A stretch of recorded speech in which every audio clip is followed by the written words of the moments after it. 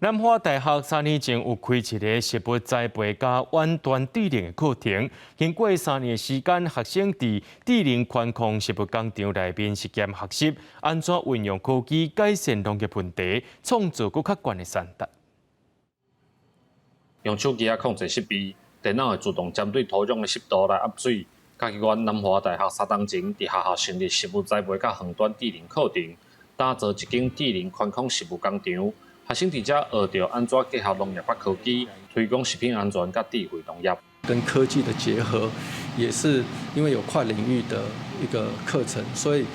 像我们生技系的学生也可以学到像自工资管下面他们的专业领域的一些内容。这个食物工厂的计划为3档外前开展到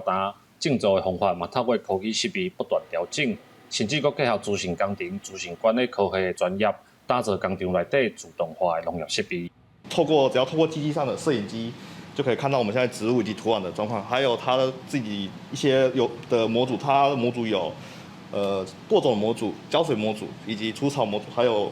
监测土壤湿度模组。室内宽控食物工厂主动一般室外的白虫害，计划团队指出，这嘛学生伫研究的时阵，会当有甲室外食物做比较的根本，嘛互科技农业会当有愈来愈侪参考资料。记者林伟霆，嘉义报道。